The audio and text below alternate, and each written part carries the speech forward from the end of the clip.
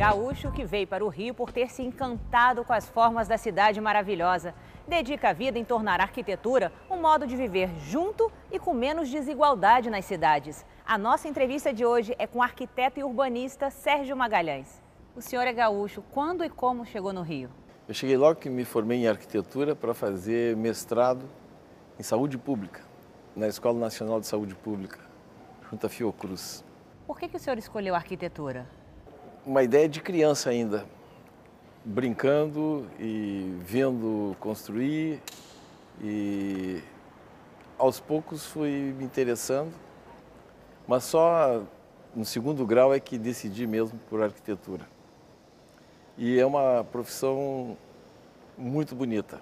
Ela tem um encantamento que, ao longo de todo esse tempo, já são várias décadas que eu sou arquiteto, já fiz coisas mais variadas possível e sempre como arquiteto.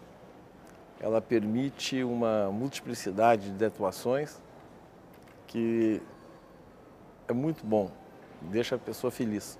Como é morar numa casa que você mesmo concebeu? Eu moro numa casa projetada por mim e pela minha mulher, que também é arquiteta. E já com quase 30 anos que nós estamos morando lá, eu gosto. Eu não tinha essa pretensão de morar numa casa. Durante o período de formação profissional na faculdade, nós estávamos mais voltados para a habitação coletiva, para morar em apartamentos. Durante muito tempo era essa a hipótese que se colocava. Tivemos oportunidade e construímos a nossa casa. E é muito interessante, ela tem uma oportunidade, uma chance, né, de mudança, de iluminação diferente, não a nossa casa especificamente, mas uma casa em geral, e que dá uma transformação mantendo. Você pensou em cada coisa da casa, cada detalhe? A gente vai pensando aos poucos. Quando a gente faz um projeto que não é para nós, e isso ocorreu sempre na minha vida profissional, a gente vai concebendo em um processo de aprofundamento.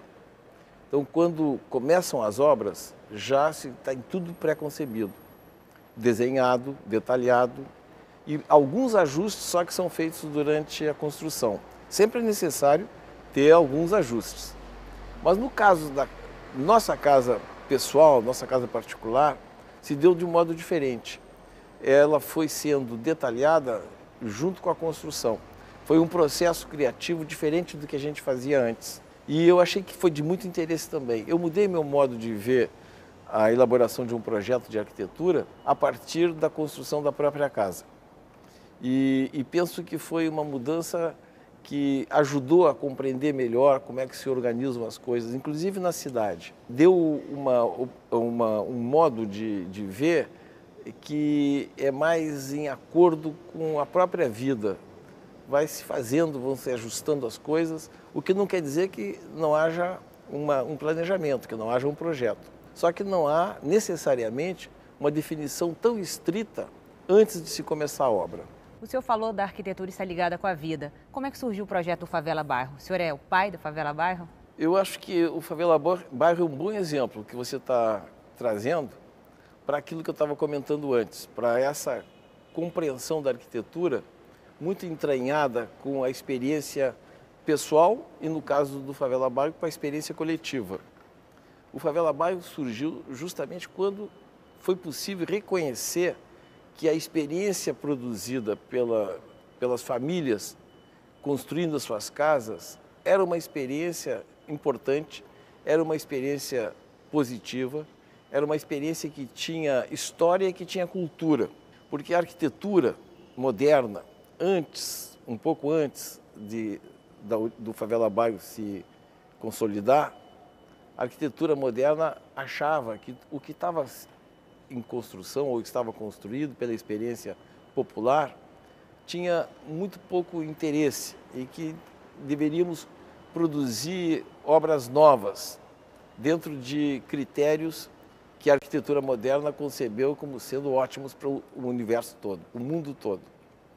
Justamente o Favela Bairro surgiu na década de 90, no contexto da concepção de uma política habitacional para a cidade do Rio de Janeiro, na prefeitura do Rio de Janeiro, como um dos programas que intervêm na cidade no âmbito da habitação e reconhecendo a experiência que os pobres tinham na produção das suas casas. Eu vejo o Favela Bairro, sob esse ponto de vista, como uma ideia absolutamente contemporânea, que, de certo modo, até fez uma inflexão cultural na arquitetura que se produzia no Brasil até então. Pode parecer que, com tanta experiência bonita, tanta experiência boa, tanta experiência rica que o Brasil tem de produção de arquitetura moderna, como é que, de um tempo para outro, passa a se admitir como muito bonita também, como muito interessante, a experiência sem esses pré-requisitos da formação arquitetônica. Mas é verdade, há uma riqueza espacial, uma riqueza cultural, há um reconhecimento do esforço feito pelas famílias que faz com que cada intervenção do Favela Bairro, quando o arquiteto chega e interage com os moradores e juntos buscam as melhores respostas para dar contemporaneidade para aquele território antes só tratado com muita pobreza, quando isso ocorre, se enriquece a experiência coletiva, tanto dos moradores como da própria cidade. Eu acho que a arquitetura no Rio de Janeiro e no Brasil também, ela ficou muito mais qualificada quando passou a entender essa dimensão que o Favela Bairro permitiu. Depois do modernismo, a arquitetura brasileira perdeu identidade? A arquitetura moderna no Brasil, ela importou os valores da arquitetura moderna concebida na Europa, sobretudo na Europa, mas também nos Estados Unidos, mas ela, ao mesmo tempo, ela digeriu esses valores e produziu valores próprios, valores novos, que fez com que a arquitetura moderna no Brasil fosse reconhecida pelo mundo todo como de muito boa qualidade. As circunstâncias históricas facilitaram isso, porque o Brasil teve os seus primeiros experimentos modernos justamente quando o mundo estava em guerra e estava, de certo modo, com pouca atividade inovadora na arquitetura. Mas depois veio Brasília. Brasília foi o apogeu da produção arquitetônica moderna no Brasil, com certeza. Hoje em dia não dá mais para a gente ter esse tipo de avaliação. Hoje passa a ter um reconhecimento grande justamente a diversidade, a multiplicidade de experiências. Nós hoje em dia não estamos muito voltados, não estamos muito focados na ideia de que há uma arquitetura que se consagra ou que se impõe sobre as outras arquiteturas como a boa arquitetura ou a ótima arquitetura. Hoje nós estamos, eu acho que com uma riqueza muito maior. Nós estamos vendo a diversidade que existe no mundo todo, a diversidade que existe no nosso país, na nossa cidade. Os bairros são diferentes entre si. No mesmo bairro há ambientes com muita diversidade e isso é valorizado. Então a arquitetura brasileira, quando você fala assim, a arquitetura brasileira, nós temos que dizer que ela não tem unicidade, ela tem multiplicidade. Mas tem uma arquitetura espetaculosa, podemos dizer assim, que ganha um grande destaque. Como que o senhor vê isso? A arquitetura que você está identificando como espetaculosa, eu acho que é um bom termo. Ela não me encanta.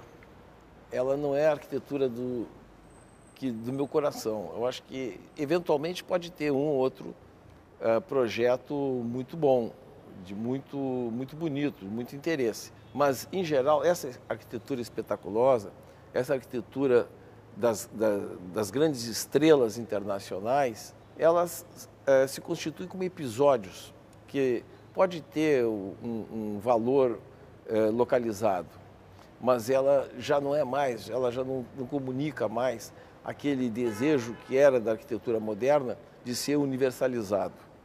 A universalização hoje, no meu ponto de vista, é a da diversidade. Nós temos que reconhecer os valores locais, os valores regionais, os valores espaciais que se ajustam nessa multiplicidade de experiências que a contemporaneidade oferece para todos nós. Como o senhor avalia o crescimento da cidade, principalmente por áreas, e o senhor acha que a cidade é planejada? E como o senhor vê também a dependência do mercado imobiliário para esse crescimento da cidade? As cidades brasileiras, elas cresceram muito nos últimos 50, 60 anos. O número de domicílios urbanos se multiplicou por 30 no meu tempo de vida. No Brasil, urbano, só nas cidades brasileiras. E isso se constituiu como um gigantesco patrimônio que é muitíssimo importante, porque é nas cidades que está localizado o mais forte modo de interação na economia e na cultura entre os países, no mundo todo. A cidade é o núcleo da economia e da cultura global. Ora, o Brasil tem quase 20 metrópoles, tem 19 metrópoles, tem 2 megacidades, produzidas justamente nesse período de 50, 60, 70 anos. Então, isso se constitui como uma riqueza enorme. Agora, ao mesmo tempo, essa riqueza foi produzida, na sua imensa maioria, pelo esforço das famílias, do jeito que foi possível. Eu diria que, em números grosseiros, talvez metade das cidades brasileiras estão construídas na irregularidade urbanística, construtiva, isto é, foram produzidas espontaneamente pelas famílias na sua busca por terem uma vida urbana, que é onde as oportunidades são maiores, na saúde, na educação, no trabalho. Neste momento, hoje, o Brasil já não tem mais esse crescimento que tinha. A nossa população está estável. Nesta geração, nós vamos ficar até um pouquinho abaixo do que temos hoje. Nós vamos ficar mais ou menos com uns 205 a 210 milhões de pessoas. É verdade que quase 90% morando em cidades. Esse momento de explosão demográfica já acabou, já não tem mais. Então, essa é uma notícia boa. As cidades que não foram planejadas, a rigor, as cidades brasileiras, elas foram sendo construídas do jeito possível, elas agora têm um limite demográfico que é importante. Mas a gente não pode dizer que as cidades não tenham sido planejadas também. Porque todas as cidades, de um modo ou de outro, tiveram uma certa orientação para o seu crescimento. Sobretudo quando o Brasil abandonou o sistema de transporte sobre trilhos, os bondes e os trens, e optou pelo rodoviarismo dos automóveis e dos ônibus. Parece que é uma mera mudança de modo de transporte. Não é, porque essa mudança fez com que a forma das cidades mudasse também. Uma cidade construída a partir de uma estrutura de transporte sobre trilhos, ela é mais densa e ela é mais bem consolidada. Uma cidade construída a partir do automóvel, ela é mais extensa e é menos consolidada. Quer dizer, você pode construir uma casa aqui, outra casa bem mais adiante, criando vazios entre elas. Então, ao longo desses 50, 60 anos, as nossas cidades que estavam consolidadas mudaram de forma. Deixaram de ser tão concentradas, passaram a ser mais estendidas. E isso criou as dificuldades enormes para hoje, porque grande parte da nossa cidade estendida, ela não tem serviços que sejam de acordo com os nossos tempos. Ela não está bem infraestruturada, falta esgoto adequado para mais da metade da população urbana brasileira, o transporte público é a dificuldade que todos reconhecemos, os serviços de limpeza urbana, de iluminação pública, serviços de segurança pública são muito escassos, porque a cidade cresceu exageradamente em baixíssima densidade. E quando ela ocorre desse modo, ela faz com que os serviços públicos fiquem muito mais caros para serem mantidos. Então, hoje, nós estamos numa situação que precisamos ter uma compreensão especial para elas. As nossas cidades, elas são um patrimônio importante do país, é um patrimônio cultural e um patrimônio econômico de muito significado, mas ela precisa ser qualificada. As nossas cidades precisam ter uma melhor qualidade de vida. Elas precisam ter a universalização dos serviços públicos, isto é, nós não podemos mais contar com partes da cidade sem infraestrutura. Nós não podemos ter bairros que não têm segurança pública. Nós não podemos permitir que uma parte expressiva da população gaste 2, 3 horas por dia para ir para o trabalho e outro tanto para voltar. Isso não tem mais razoabilidade, não tem justificativa mais. E a democracia política, ela vai impor respostas para isso. Agora, essas respostas, elas não se dão simplesmente por um desejo. Agora nós vamos fazer assim. Não, precisa também ter intervenções urbanísticas, intervenções arquitetônicas. Temos que mudar o modelo de planejar cidades. Esse modelo do laissez-faire, esse modelo do deixa para ver como é que fica, esse não dá mais. Agora nós temos que ter consciência que a população não cresce mais, a população está estável e, ao mesmo tempo, que a população precisa ter todos os serviços públicos que o tempo de hoje exige. Como o senhor avalia essa junção com o mercado imobiliário? Porque, às vezes, por exemplo, para explorar uma área da cidade, o poder público primeiro autoriza a construção e depois é que vai levar os serviços básicos. Como o senhor avalia isso? O mercado imobiliário tem sido, nas últimas décadas, no Brasil como um todo, o principal interlocutor dos governos municipais e até estaduais, e até mesmo federal, em matéria de cidades. É uma deformação, porque o mercado imobiliário tem os seus interesses específicos, que não necessariamente podem coincidir com os interesses da coletividade como um todo. E justamente o papel do planejamento e o papel do Estado é fazer uma equalização entre os interesses eventualmente em conflito. Quando há uma hegemonia, há um prejuízo para a outra parte. Eu vejo isso muito fortemente nas cidades brasileiras. Eu vejo no Rio de Janeiro, vejo na cidade metropolitana do Rio de Janeiro, mas vejo nas outras grandes cidades brasileiras também. Vejo também que não necessariamente é apenas o mercado imobiliário que faz com que as cidades adquiram vícios estruturais que depois sejam prejudiciais para toda a população. Por exemplo, o programa Minha Casa Minha Vida não é do mercado imobiliário, é do governo federal. No entanto, o modo como ele se estruturou faz com que se construam conjuntos residenciais grandes, longe de onde a cidade existe. E isso cria uma cabeça de ponte justamente para a valorização dos vazios entre o novo conjunto e a cidade existente. Isso é de muito interesse para a especulação imobiliária, mas é de nenhum interesse para a cidade como um todo. A cidade perde com isso, porque os serviços públicos, como eu comentei antes, ficam mais estendidos, ficam mais caros, as pessoas vão se deslocar para mais longe do seu trabalho, e agora que a população não cresce, então isso fica evidente. Você está tirando gente de um lugar para levar para um lugar mais longe, que não tem a articulação necessária com o restante da cidade. O mercado imobiliário tem um papel importante, mas o papel dele na cidade contemporânea, no Brasil, talvez não alcance 20% do que é produzido todo ano. 80% é produzido fora do dito mercado imobiliário. Então, os governos municipais, estaduais e também o federal precisam estar atentos para fazer a mediação.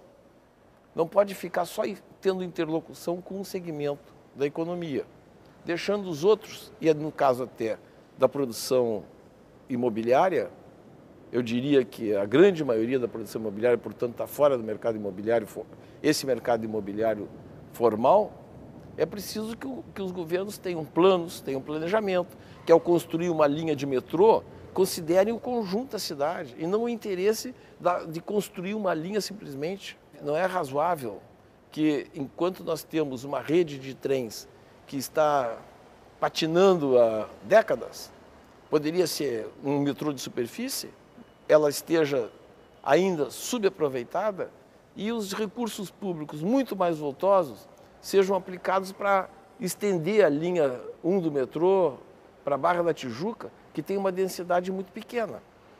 Então, nós não podemos mais nos dar o luxo de ir fazendo as coisas sem pensar no conjunto da cidade. E, sobretudo, no caso do Rio de Janeiro, nós temos que pensar no conjunto da cidade metropolitana.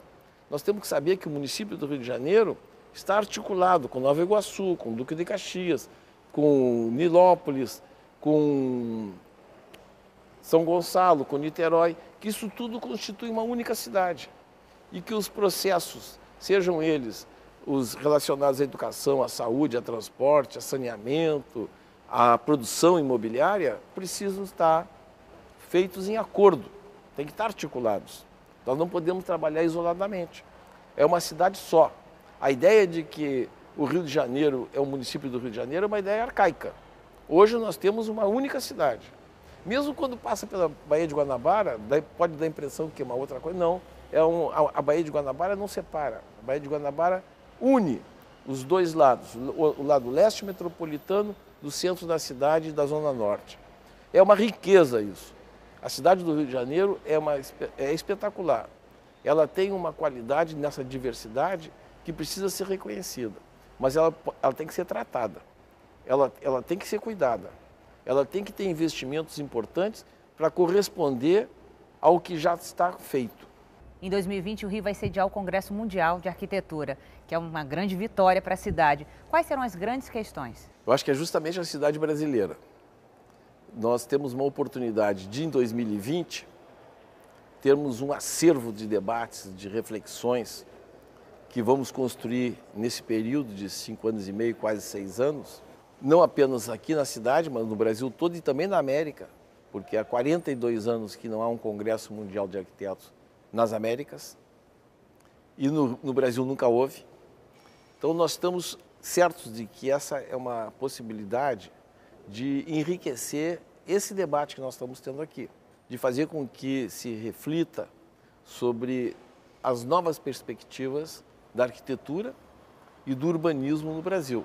Cada ano nós pretendemos ter um tema discutido em diversos lugares do Brasil que seja concatenado com esse tema central do Congresso. O tema central do Congresso é Todos os Mundos, Um Só Mundo, Arquitetura 21. Todos os mundos justamente nesse reconhecimento de que há uma multiplicidade de arquiteturas, há uma multiplicidade de espaços urbanos que precisam ser reconhecidos na sua qualidade, na sua especificidade. Um só mundo, porque todos esses mundos diversos constituem de fato a nossa humanidade, constitui o nosso tempo, constitui o nosso global. Nós estamos interligados de um modo quase que umbilical entre as nossas cidades, entre os nossos países. O planeta todo é um só. A arquitetura 21, porque a arquitetura deste século, ela gira com essa complexidade que é muito enriquecedora. Então, sobre esses 3 grandes focos, nós esperamos que nesses próximos 5 anos e meio, 6 anos, que vão de hoje ao Congresso, que vai se realizar em 2020, nós possamos construir uma agenda política sobre a cidade brasileira que ajude a transformar a cidade de hoje numa cidade melhor para a próxima geração. E a sustentabilidade também vai entrar em discussão nesse Congresso? E o senhor acha que é possível daqui a alguns anos a gente ter cidades sustentáveis no Brasil? A sustentabilidade é um tema também muito rico. E, em geral, ela é tratada do ponto de vista ambiental.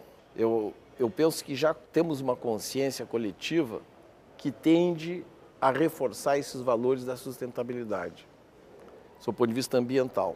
Um deles é a economia de energia, é a diminuição das poluições, seja a hídrica, seja a do ar.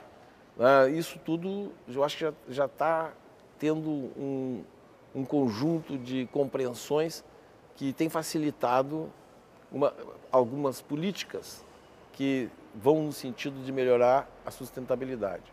Mas há uma sustentabilidade também, que é essencial quando se trata da questão urbana e que ainda não está colocada suficientemente, que é sustentabilidade no sentido de temos que ter ações, temos que ter modos de vida que sejam compatíveis com as nossas energias atuais, com as nossas possibilidades, de tal modo que a geração futura receba de nós um ambiente igual ou melhor do que nós recebemos das gerações precedentes.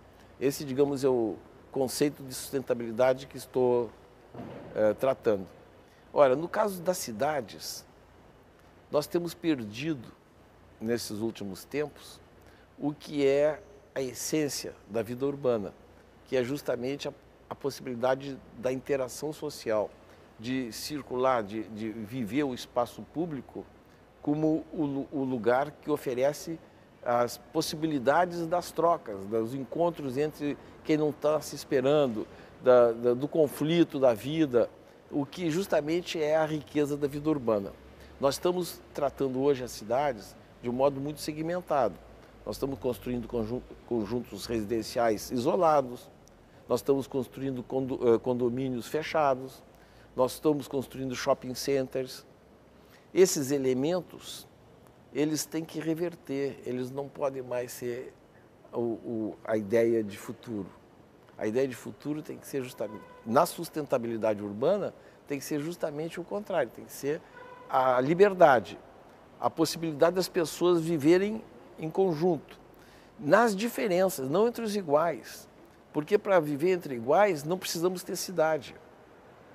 Onde todos são iguaizinhos, não precisa cidade. A cidade é justamente onde as pessoas são diferentes, onde cada um pode ter as suas expectativas e serem respeitadas essas expectativas. E entrarem em interação e todos se enriquecerem. O que eu falava antes da arquitetura como diversidade, como multiplicidade, é no espaço urbano também que isso se evidencia muito bem. Então, essa sustentabilidade que precisamos preservar para gerações futuras. O senhor acha que esse modo de urbanização da cidade influencia nas características da população? Por exemplo, as pessoas estão cada vez mais intolerantes. A gente vê aí movimentos sociais, nas redes sociais. Isso tem a ver com esse modo de viver? Olha, não há um determinismo. Isto é, se você tiver uma forma específica de cidade, necessariamente teríamos pessoas com tal comportamento. Não, não há isso. Nós já pensamos que fosse assim. Lá atrás, já se imaginou que o espaço determinava necessariamente o comportamento. Hoje não, mas que há influência com certeza. Que se nós tivermos espaços vivos, se nós tivermos espaços urbanos onde as pessoas possam interagir, nós temos a possibilidade da compreensão do outro. Nós temos a chance de ver o outro como alguém também detentor de autonomias, que não nos competem combater, mas que nos compete compreender, eventualmente até interagir.